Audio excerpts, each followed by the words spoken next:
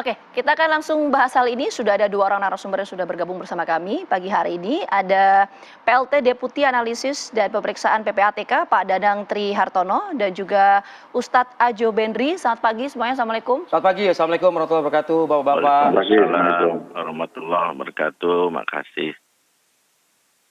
Oke, Pak Ustadz, saya mau ke Pak Danang dulu ya. Pak Danang, kemarin PPATK kan sudah merilis ya, ada transaksi video porno melibatkan anak di bawah umur, ini 114 miliar rupiah. Ini kan untuk, ini tentu miris ya, Via, tahun 2022. Saya ingin tanyakan pertama begini, transaksi ini yang melibatkan anak di bawah umur, ini konteksnya yang seperti apa sih Pak, transaksi ini bentuknya? Iya, baik Mbak. Jadi perlu saya luruskan bahwa 114 miliar itu bukan seluruhnya terkait dengan konten video porno anak ya. Jadi yang terkait video porno anak itu sekitar ratusan juta dan lainnya itu ada tindak pidana perdagangan orang. Nah, itu adalah hasil dari pengolahan data transaksi keuangan oleh PPATK yang kemudian disampaikan kepada penyidik untuk ditindaklanjuti. Demikian, Pak. Oke, kalau 114 miliar rupiah ini bukan hanya untuk hanya untuk video porno ini. Kalau khusus untuk video porno ini bagaimana Pak transaksinya? Jadi begini, dalam konteks video porno ini ada dua ya. Satu adalah memperjualkan video porno anak. Jadi anak yang fokus kita ini adalah video porno anak, bukan video porno biasa yang pelakunya orang dewasa. Yang kedua adalah pelaku membuat video itu, membuat video itu lalu dijual. Jadi ada yang memperjualbelikan dan ada yang menjual. Jadi ada dua di sini yang tentu tingkat tindak pidananya akan berbeda gitu ya. Nah, bagaimana transaksinya? Yang jadi permasalahan kan bagaimana kami bisa mengidentifikasi ternyata si A ini memperjualkan konten video anak, yang satu ini meng-create video anak. Bahkan dugaan kami yang satu ini ada semacam live video yang pelanggannya ini dari luar negeri.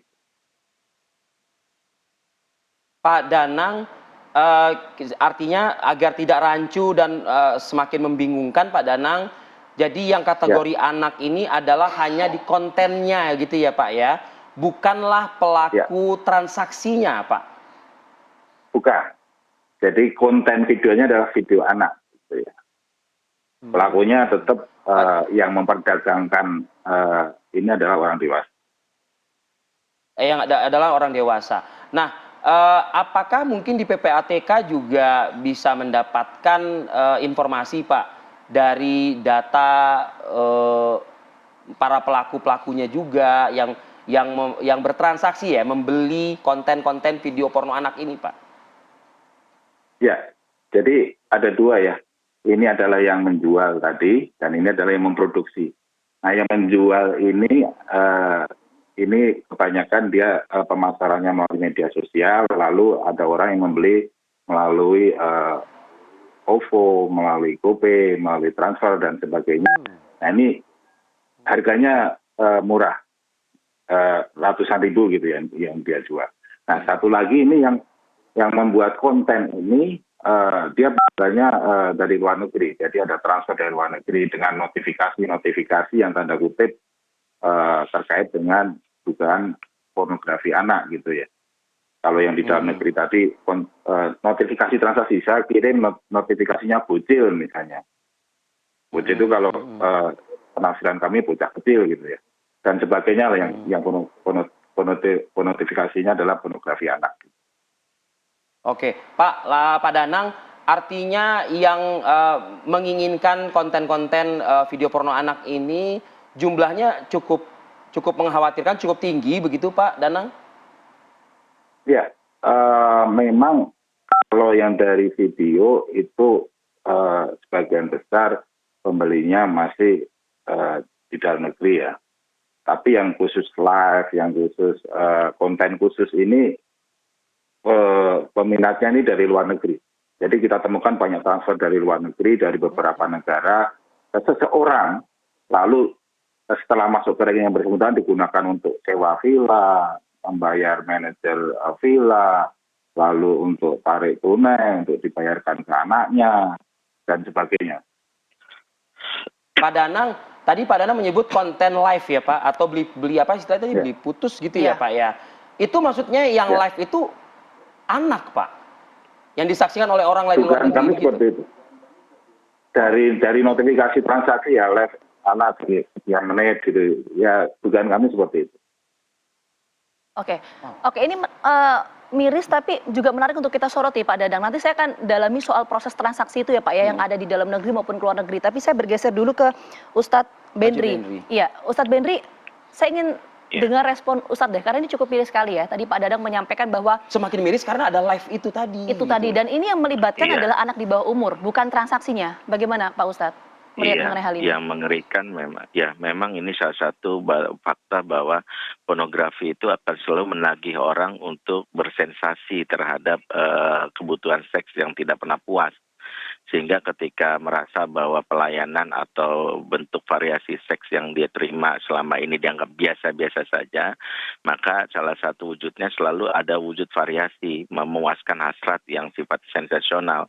Karena memang salah satu efek dari pornografi itu bagaimana seseorang itu tidak akan pernah cukup, ya makanya seseorang yang hanya pertama kali merasakan sensasi ketika melihat wanita berbikini, dia akan ingin melihat lagi, ketika sudah cukup dengan perempuan ingin sensasi yang lebih tinggi lagi, sampai akhirnya bahkan sesama jenis pun bahkan dilalui seperti itu sampai melakukan ingin proses fantasi seksual yang lain, dan itulah salah satu efek yang dimunculkan dari pornografi. Makanya saya ketika melihat atau mendengar kabar ini yang pasti sangat miris, karena memang ini adalah akan terus muncul ya, bagaimana variasi-variasi, bahkan anak-anak kita bisa jadi menjadi salah satu yang kelak jadi sumber incaran dari para pemproduksi ya, produsen yang tadi nanti dihubungkan dengan perdagangan manusia ya, dengan isu-isu yang sekarang juga sama dengan, kan kita sekarang juga beberapa waktu belakangan digegerkan dengan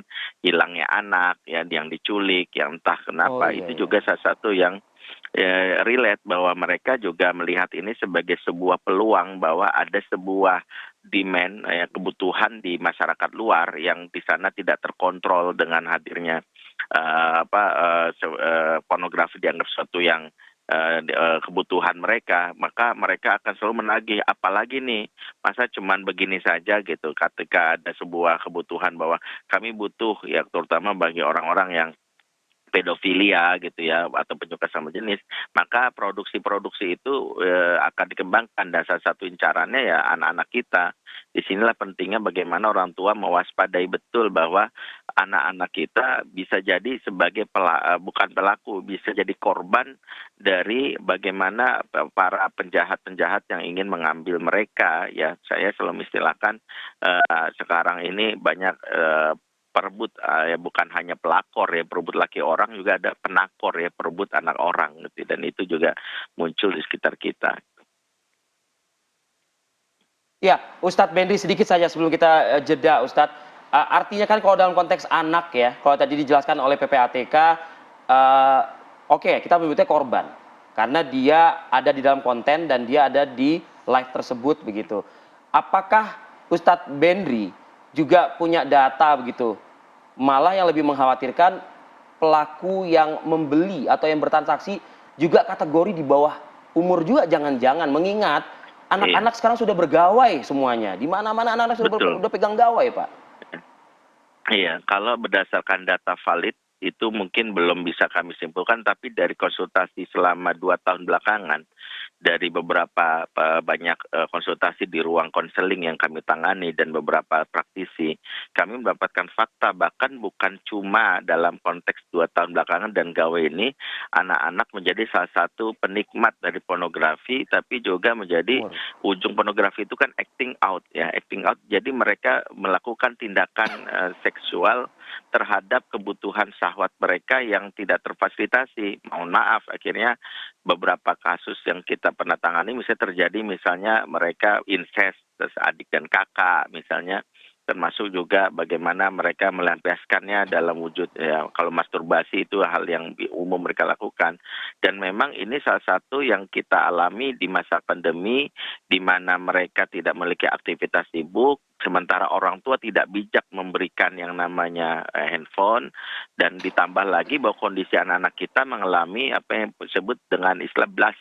Blast itu tingkatannya B bored, L-nya lonely, A-nya angry, S-nya stress, yang T-nya tired. Ya, jadi mereka bosan, mereka kesepian, mereka merasa lelah, mereka stres, dan mereka merasa marah dengan kondisi yang ada. Seperti itu. Oke, nanti kita akan bahas lagi Pak Ustadz, Pak Dadang, tapi kita jeda dulu. Apakah Baru Indonesia Pagi akan kembali hadir saat lagi untuk Anda tetap bersama kami.